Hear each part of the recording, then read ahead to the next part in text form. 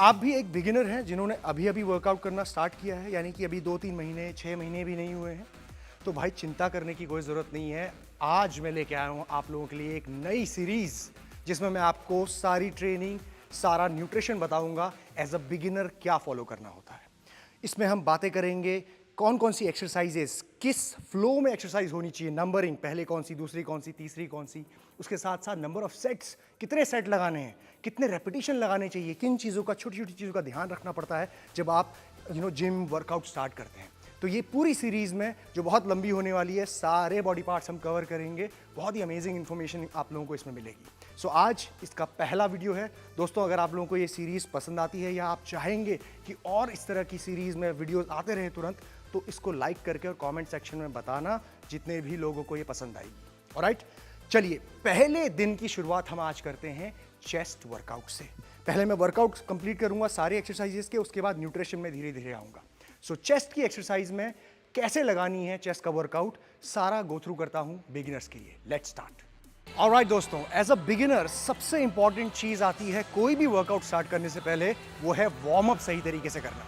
अब आप आज प्रेसिंग मूवमेंट्स करने वाले हो चेस्ट के लिए, तो आपके जॉइंट्स वार्म होना बहुत ज़रूरी है। सबसे पहले कौन कौन से? आपका रिस्ट जॉइंट, आपका एल्बो जॉइंट, शोल्डर जॉइंट, ये बहुत ही इंपॉर्टेंट जॉइंट्स होते हैं। अगर वार्म अप किए बिना कोई भी एक्सरसाइज लगाओगे ना, तो इंजरी के चांसेस होंगे, और ये फिर जो शुरुआत में जो इंजरी होती है ना, बहुत लंबे टाइम तक चलती है। सो इसके लिए आपको शोल्डर जॉइंट की मोबिलिटी बढ़ाने के लिए इस तरीके से रोटेशंस करना बहुत ज़रूरी है। यूँ रोटेशंस करो, ठीक है। उसके साथ साथ आपके पास अगर डंबल है तो डंबल से आप हल्के हल्के, बहुत ही लाइट डंबल्स, ये मैंने 3 kg पकड़ा है, आप 1 kg के डंबल्स हैं उससे करो, ठीक है। या फिर बिना हाथ, बिना वेट के भी आप इस तरीके से मोशन कर सकते हैं, ठीक है। शोल्डर रोटेशंस, उसके साथ साथ नेक रोटेशन। जब आपकी चेस्ट का मूवमेंट करते हो तो ये पूरे मसल्स पे स्ट्रेन पड़ने के चांसेस बहुत ज़्यादा होते हैं। सो नेक के रोटेशंस बहुत इंपॉर्टेंट है। उसके साथ साथ आपकी लोअर बैक। अब लोअर बैक को कैसे करोगे वार्म? लोअर बैक के लिए आपको ज़मीन में लेट के ये हाइपर एक्सटेंशन करना पड़ेगा, ठीक है।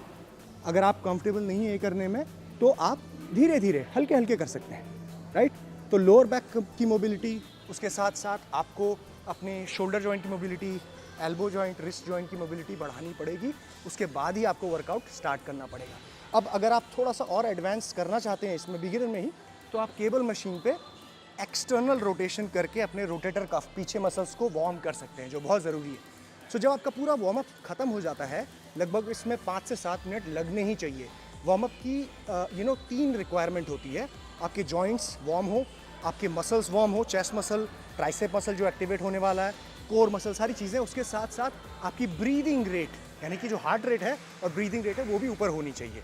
जब ये तीनों चीज़ें हो जाती हैं, तब मूव करेंगे हम एक्सरसाइजेस में। ऑलराइट गाइस, सो पहली एक्सरसाइज एज अ बिगिनर आपको कौन सी लगानी है, वो है चेस्ट प्रेस मशीन में। अब मशीन में लगाने का रीज़न ये है कि भाई जब मशीन में हम एक्सरसाइज करते हैं ना, तो बॉडी पूरी स्टेबल रहती है, मूव नहीं करती। यही प्रेसिंग मूवमेंट अगर आप डंबल से लगाओगे, बारबेल से लगाओगे, तो बॉडी को क्या स्टेबलाइज करना पड़ता है, मूवमेंट, हाथ हिलता है, और जिससे इंजरी होने के चांसेस बहुत ज़्यादा हो जाते हैं, शोल्डर पे या फिर आपके एल्बो पे, रिस्ट में। अब यहाँ पे मूवमेंट देखो, फिक्स है, ये फिक्स मूवमेंट है, ठीक है। इसमें इंजरी के चांसेस बहुत कम हो जाएंगे। और दूसरी चीज़, जिस पार्ट को हमें टारगेट करना है, ये चेस्ट को, उस पार्ट को आप आइसोलेट कर पाओगे, ठीक है। अब जब आप इसमें पर्टिकुलर एक्सरसाइज जब आप शुरू करोगे, तो आपको कितने सेट्स लगाने हैं? आप टोटल यहाँ पे 3 सेट लगाएंगे, 3 वर्किंग सेट। लेकिन उस वर्किंग सेट पे पहुँचने के लिए आपको 1 या 2 वार्म अप सेट लगाने बहुत ज़रूरी है। अब मेन वर्किंग सेट आपके कितने रेपिटेशंस का होगा? पहले वर्किंग सेट से लेकर दूसरे तीसरे वर्किंग सेट में आपको 12 से 15 रेपिटेशन लगाने हैं। अब ज़्यादा रेपिटेशन लगाने की ज़रूरत क्या होती है एज अ बिगिनर? जब आप बिगिनर होते हो ना, तो आपको मूवमेंट समझना बहुत ज़रूरी है, और कम रेपिटेशन और हैवी वेट में आपको मूवमेंट समझ में नहीं आएगा। इसीलिए थोड़ा सा लाइट वेट आपका रखा जाए, और आप 12 से 15 रेपिटेशन आराम से फील करते हुए चेस्ट प्रेस, ये ठीक है, शोल्डर जॉइंट स्टेबल आपका रखते हुए प्रॉपर तरीके से आप इस एक्सरसाइज के 3 सेट लगाएंगे। अब जो वेट के आप लगाओगे, वहाँ पे पहुँचने के लिए 2 वार्म अप सेट आप ज़रूर लेना, 1 और 2, ठीक है। और हर सेट के बीच में आप लगभग 45 सेकेंड से लेकर 1 मिनट तक का रेस्ट ले सकते हैं। अगर आपको ज़रूरत पड़ती है थोड़ा ज़्यादा लेने की, तो वो भी चलेगा, ठीक है। तो इस तरीके से इसका फ़ायदा आपको ज़रूर मिलेगा as a beginner. Alright, so हमारी दूसरी एक्सरसाइज एज अ बिगिनर आती है यहाँ पे पैक डेक फ्लाई। अब देखो ये जो एक्सरसाइज है, ये जो मशीन है, आप सभी लोगों के जिम में होगी, चाहे कैसा ही जिम हो, ठीक है। अब इसका फ़ायदा क्या है, देखो ये जो आपको ये पैड दिख रहा है ना, पैड, इससे क्या फ़ायदा मिलता है कि आपकी जो ये बॉडी, अपर बॉडी, ये स्टेबल रहती है। साइड एंगल से अगर हम देखें तो देखो ये स्टेबिलिटी जो आपको मिल रही है ना, जो भी एक्सरसाइज आप लगा रहे हो उसमें स्टेबिलिटी जब चेस्ट को मिलती है तो आपको एक रिस्ट्रिक्शन मिलता है बॉडी को, जिसकी वजह से कोई भी इंजरी होने के चांसेस कम हो जाते हैं, ठीक है। इसीलिए मशीन्स का इस्तेमाल बहुत ज़्यादा करना है एज अ बिगिनर आपको, ठीक है। जब तक आप कंफर्टेबल ना हो जाएं, आपके स्टेबलाइजर मसल्स स्ट्रॉन्ग ना हो जाएं, एक न्यूरो मस्कुलर कनेक्शन ना बन जाए, तब तक आप इस तरह की असिस्टेड मशीन्स पे ही एक्सरसाइज करें। अब आती है बात, जब आप पैक डेक फ्लाई लगा रहे हैं, क्यों लगा रहे हैं पैक डेक फ्लाई?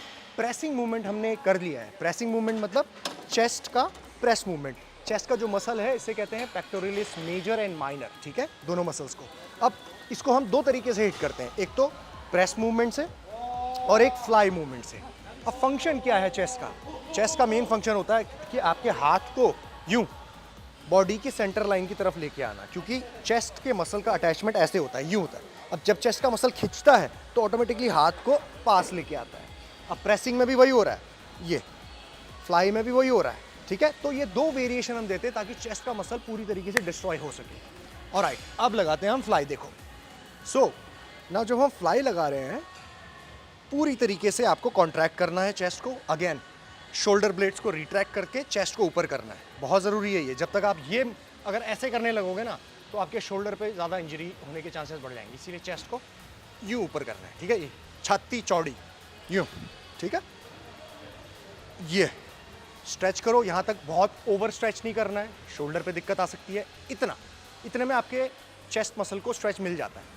उसके बाद आओ full contraction, stretch, full contraction. बहुत ही धीरे धीरे, बहुत जल्दी जल्दी लगाने की कोशिश ये नहीं करना है, ठीक है। धीरे धीरे कंट्रोल करो मूवमेंट पे, control stretch and control contraction, ठीक है। इस तरीके से आपको लगाने हैं। टोटल 3 सेट आप लगाओगे और हर सेट में 12 से 15 रेपिटेशन कॉन्सेंट्रिक फेलियर, जो मैंने आपको पहले भी बताया था, ठीक है। अब इसमें एक चीज़ का ध्यान ये रखना कि पहली एक्सरसाइज अगर आपने लगाई है चेस्ट प्रेस, उसके बाद इसमें एटलीस्ट एक वार्म अप सेट ज़रूर देना। मतलब एक सेट ऐसा लगाना कि जिसमें 7-8 रेपिटेशन लगा के आपने इस मूवमेंट को समझना, उसके बाद ही आप अपना वर्किंग सेट स्टार्ट करना। ऑलराइट, चलिए अब चलते हैं नेक्स्ट एक्सरसाइज में। ऑलराइट, तो हमारी तीसरी एक्सरसाइज आती है as a beginner, incline dumbbell press. अब देखो डंबल प्रेस में यहाँ पे अभी क्यों दे रहा हूँ, क्योंकि अभी तक आपकी बॉडी जॉइंट्स काफ़ी वार्म हो चुके हैं और लाइट डंबल से आप अभी स्टेबलाइज कर पाओगे अपने मूवमेंट को, ठीक है। अब सबसे इंपॉर्टेंट बात आती है कि आप इंक्लाइन बेंच में एंगल क्या रखोगे। अगर आपके पास इस तरीके से स्मार्टफोन है तो इसमें एक एप्लीकेशन होती है एंगल चेक करने की, तो -23 या 24 डिग्री का एंगल होना चाहिए फ्लोर से यानी कि फ्लैट बेंच से। ये फ्लैट बेंच है, फ्लैट बेंच से आपको लगभग 24 डिग्री का एंगल लगाना पड़ेगा। अगर आपको नंबर में बताऊं तो ये 3 नंबर पे यहाँ पे दिखाई दे रहा है, ठीक है। मतलब 3 नंबर विजिबल है, चौथे में ये हुक लगी हुई है, ठीक है। 3 नंबर पे विजिबल है। तो इतना एंगल आपको चाहिए पड़ेगा सही तरीके से अपने अपर चेस्ट, यानी कि जिसे हम clavicular head of pectoralis major बोलते हैं, उसको टारगेट करने के लिए। अब देखो फ्लैट हमने कर ली, फ्लाई हमने कर ली, अब हम फिर से प्रेस मूवमेंट करेंगे लेकिन इंक्लाइन में। सिंपल क्या करना है, सेम वही प्रोसीजर, चेस्ट अप, ठीक है, शोल्डर ब्लेड का रिट्रैक्शन एंड स्ट्रेच। बहुत ज़्यादा ओवर स्ट्रेच मत करना, कोई ज़रूरत नहीं है। बहुत ही लाइट डंबल से 12 से 15 रेपिटेशन इसमें भी आपको लगाने हैं। Full contraction, full stretch, full contraction, full stretch. Breathing patterns बहुत इंपॉर्टेंट है, ये सारी एक्सरसाइजेज में अप्लाई होगा। जब आप नीचे जाते हैं तो आप इनहेल करते हैं, यानी कि सांस अंदर लेते हैं। देखिए जब आप प्रेशर यानी कि ताकत लगा रहे हैं तो आप एक्सेल करते हैं। इनहेल, एक्सेल, यानी कि इसेंट्रिक पार्ट जो नीचे नेगेटिव आ रहा है उसमें सांस अंदर ली जाएगी और सांस ऊपर छोड़ी जाएगी कॉन्सेंट्रिक पार्ट पे, यानी कि पॉजिटिव पार्ट पे, ठीक है, इस तरीके से। अब ये पर्टिकुलर एक्सरसाइज के आप लगाओगे 3 सेट, और इस पर्टिकुलर हर सेट में आप लगाओगे 12 से 15 रेपिटेशन। हर सेट के बीच में 45 से लेकर 1 मिनट का आपको रेस्ट लेना है, ठीक है। अब ये आपकी सिंस तीसरी एक्सरसाइज है, तो इसमें आपको वार्म अप करने की खास ज़रूरत नहीं है। आप स्ट्रेट वो वेट पिक करना जिसमें आपके 12 से 15 रेपिटेशन आए कॉन्सेंट्रिक फेलियर में। ऑलराइट, सो ये होती है हमारी तीसरी exercise. Let's move on to the last one. Alright, so हमारी आखिरी एक्सरसाइज आपकी आती है यहाँ पे केबल में लोअर चेस्ट के लिए एक्सरसाइज। अब केबल आप लोअर चेस्ट जब ये लगा रहे हो ना, अभी तक आपका जो चेस्ट मसल है वो पूरा वार्म हो चुका है अच्छी तरीके से, और शोल्डर जॉइंट, एल्बो जॉइंट सारे अभी मोबिलिटी काफ़ी बढ़ गई है। तो आप यहाँ पे ये मूवमेंट लगा सकते हो। क्या करना है, सिंपली सबसे पहले उठाते समय काफ़ी सारी इंजरी होती है, दोनों हाथों से वेट को नीचे पुल करना है, यूँ थोड़ा सा आगे आना है, दोनों पैर को चिपकाना है, ठीक है, और इस तरीके से ये लोअर चेस्ट को टारगेट करते हुए एक्सरसाइज लगानी है। बहुत ही लाइट वेट से 12 to 15 रेपिटेशंस, दैट्स इट। यूँ 1 2। ध्यान देना जब आप ये एक्सरसाइज करते हो तो बहुत ओवर स्ट्रेच मत, ये इतना जाने की जरूरत नहीं है, शोल्डर जॉइंट पे दिक्कत हो जाएगी, ठीक है। यूँ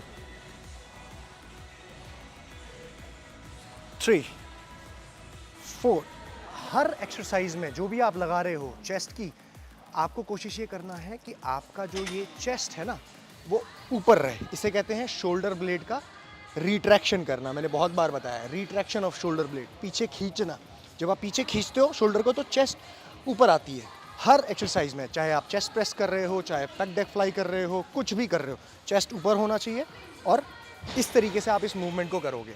अगेन, अब रेपिटेशन मैंने बता दिया आपको 12 से 15, सारे मूवमेंट को समझना है। उसके साथ साथ टोटल 3 सेट आप लगाओगे। अब इसमें आपको वार्म अप करने की जरूरत नहीं पड़ेगी क्योंकि आप ऑलरेडी वार्म हो चुके हैं, ठीक है। सो सीधे स्टार्ट करना, वो वेट लगाना जिससे आपके 12 से 15 रेपिटेशन आ रहे हैं। ऑलराइट दोस्तों, तो ये था हमारा बिगिनर सीरीज में पहला चेस्ट का वर्कआउट।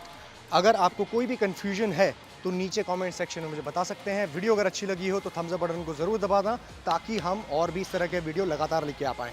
मैं मिलूंगा आपको नेक्स्ट वीडियो में। जीत सलाल, साइनिंग ऑफ।